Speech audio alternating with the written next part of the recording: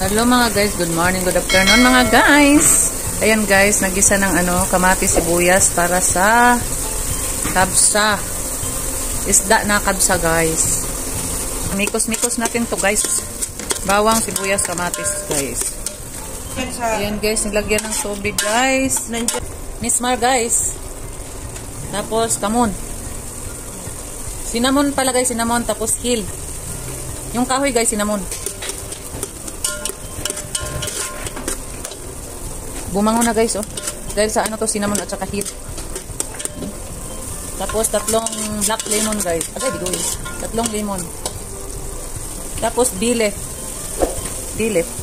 Ayan. Tapos, paminta.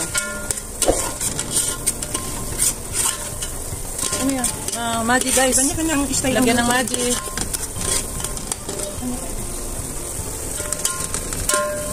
Saan na yung maji? Nalusaw na? Nalusaw na guys. Tapos yung isda. Ayan na guys. Hindi na haulo kayo. Hindi na imikos-mikos guys ha. Ayan na yan dyan guys.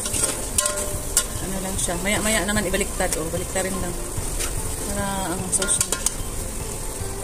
Baliktad. Tapos tubig guys. Tubig. Ayan. Ayan guys. Dinagdagan ng tubig guys. Tapos pakuluin na yan. Ayan na natin ang kapoy. Ayan guys, tubig. Dagdag tubig. Asin guys. Tapos pag kumulo na yan siya guys. Pag kulong-kulo na siya guys, tanggalin na yung isda. Tapos lagyan ng bigas. Bigas. Hindi na tanggalin yung mga aning-aning dyan sa sa sabaw. To be continued guys. Bye. Kaing na yung guys, oh. Tingnan natin guys, ah. Ayan na guys. Ayan na ang kabsa fish guys, or in Arabic kabsa samak.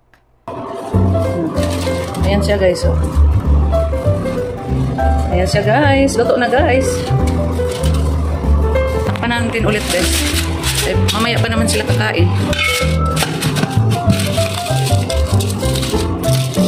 Sarap siya guys. Nilagyan ng haba na sili. Pero kung gusto mong hindi lagyan, pwede na. Ayan siya guys. Ayan na. Tapos may white rice. Mamaya, paingingan na ito. Paingingan ba?